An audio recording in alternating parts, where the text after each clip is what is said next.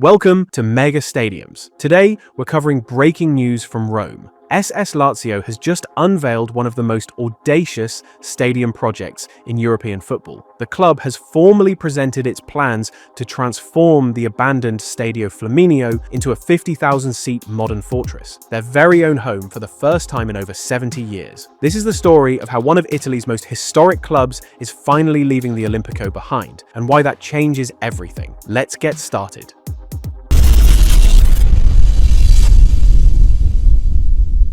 To understand why this moment matters so much for Lazio, you have to go back to the beginning. The club was founded in 1900 and spent its early decades playing at various grounds around Rome before settling at the Stadio Nazionale del PNF in the Flaminio district. It was here, on this very same piece of land, that Lazio's story as a top-flight Roman institution truly took shape. The PNF had been built in 1911, renovated extensively in 1928, and could hold up to 50,000 supporters. But by the early 1950s, the PNF was showing its age. Structurally outdated, lacking the modern amenities expected of a top-tier venue, and increasingly inadequate in capacity for a growing city, the stadium was nearing the end of its useful life. The answer came in 1953, when the Stadio Olimpico, then known as the Stadio dei Centomila, was officially inaugurated by Italy's president Luigi Einaudi. Lazio became the very first club side to play there, facing Juventus the following Sunday, and both they and city rivals AS Roma relocated to their new shared home. The PNF was subsequently demolished, and a completely new structure, the Stadio Flaminio, rose on the same site, designed by the legendary engineer Pierluigi Nervi for the 1960 Rome Olympics. For over 70 years since, the Olimpico has been Lazio's address, and for most of that time it was a source of pride. The stadium has staged Serie A title celebrations, Coppa Italia triumphs, European nights, and Rome derbies of extraordinary passion. But the relationship has always carried an underlying tension, because Lazio have never owned it, never controlled it, and always had to share it with their fiercest rivals. That tension deepened considerably in 1989-90, when both Lazio and Roma were temporarily relocated to the Flaminio during renovations ahead of the 1990 FIFA World Cup. The Flaminio, by then serving mainly as the home of the Italian rugby union team, was a reminder of a different era, and perhaps a glimpse of an alternative future. The problems at the Olimpico are well documented and have only grown more pressing in recent years. The stadium is owned by Sport e Salute, a government agency under the Italian National Olympic Committee, meaning Lazio, like Roma before them, are essentially tenants with limited control over commercial operations, matchday experience, and revenue streams. The athletics track that runs around the pitch, a legacy of the stadium's Olympic purpose, keeps fans at a frustrating distance from the action, diluting what is an intensely passionate fan base. While the Olimpico can hold over 70,000 supporters, Lazio's average home attendance hovers around 44,000, in part because the size and configuration of the ground simply don't generate the atmosphere a closer, more intimate stadium would. As Roma recognized this problem first, pursuing their own new stadium project in the Pietralata district, with their rivals preparing to leave, Lazio knew they had to act. And with the Stadio Flaminio, the very ground built on the ruins of their original home, sitting abandoned and deteriorating since 2011, the answer was staring them in the face.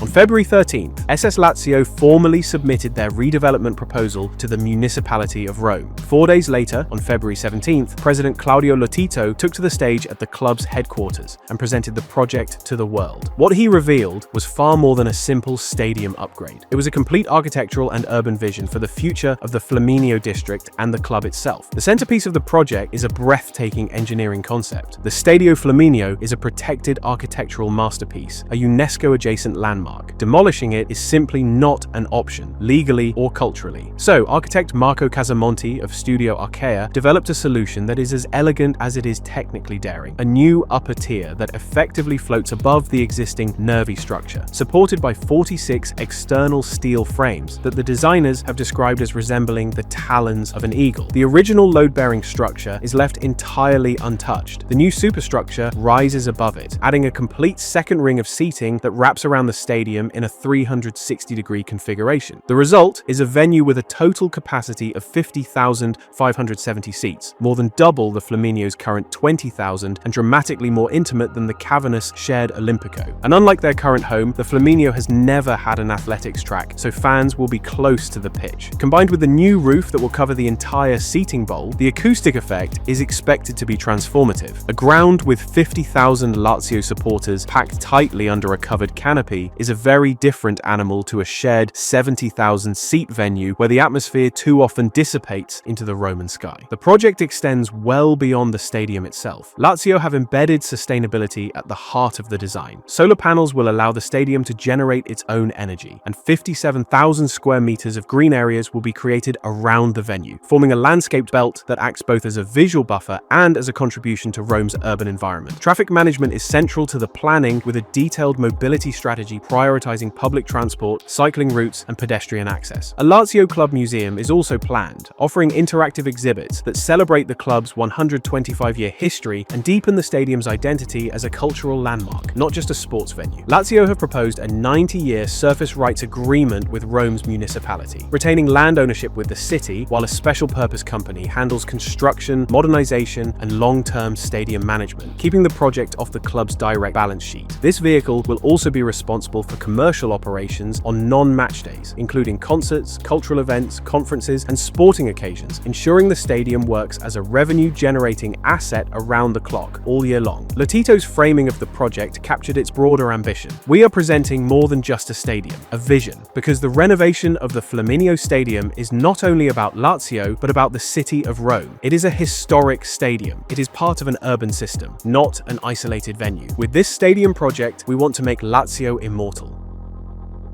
The scale of investment reflects the scale of ambition. The total project cost is estimated at 480 million euros, a staggering sum for a club of Lazio's size, and one that underlines just how seriously the leadership is taking this moment. Of that figure, around 150 million euros is allocated to the redevelopment of the surrounding infrastructure and district, with the remaining 330 million euros going directly to the stadium itself. To put the 480 million euro figure in context, Lazio's total revenue for the 2024-25 season was 146 million euros, already 35% down from the 196 million euros recorded the year before. This is not a club operating from a position of financial abundance. That makes the funding structure critical. The vast majority of financing will come from private sources, with Lazio committing to minimizing public expenditure. A formal financial plan has been submitted to the municipality of Rome under the framework of the 90-year concession agreement. The economic case is compelling. In the 2024-25 season, Lazio generated 23 million euros in matchday revenue, already 17% below the previous year's 27.68 million euros. Partly a reflection of the Olimpico's structural limitations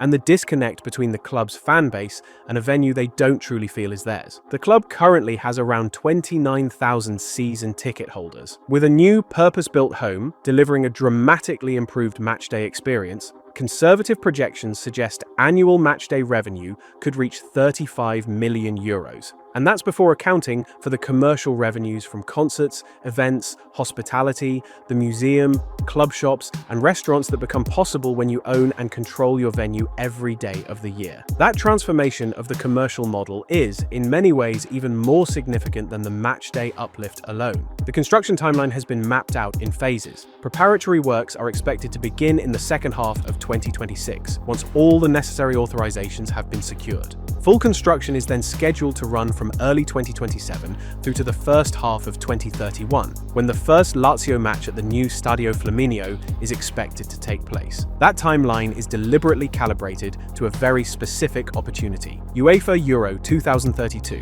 which Italy will co-host with Turkey, and for which Rome will be bidding to serve as a host city. A renovated Stadio Flaminio completing construction in 2031 positions it as a genuine candidate venue. The challenge, as ever in Italy, Italy is bureaucracy. The project requires approvals from multiple authorities, and Rome is notorious for the complexity and slowness of its administrative processes. The stadium's protected architectural status adds another layer of scrutiny. These are not small hurdles, and the history of Italian stadium projects, including Roma's own years of delays in Pietralata, serves as a cautionary tale. But Lazio have done the groundwork. The plans are lodged. The engineering solution is innovative and respectful of the existing structure. The financial model is private-led, and the political will from Mayor Roberto Gualtieri, who received Lotito's pre-feasibility study in December 2024, appears to be present. When complete, the new Stadio Flaminio will give Società Sportiva Lazio something they have never truly had in the modern era: a home of their own, a place where every seat sold, every pint poured, every concert ticket purchased flows directly into the club's future. A stadium that belongs to Lazio and to Rome in equal measure, built on the foundations of a ground that was already part of their story before most of their fans were born. From the old PNF terraces of the 1930s to a 50,000-seat fortress fit for European football and the grandest international tournaments, Lazio are not just renovating a stadium, they are reclaiming their identity.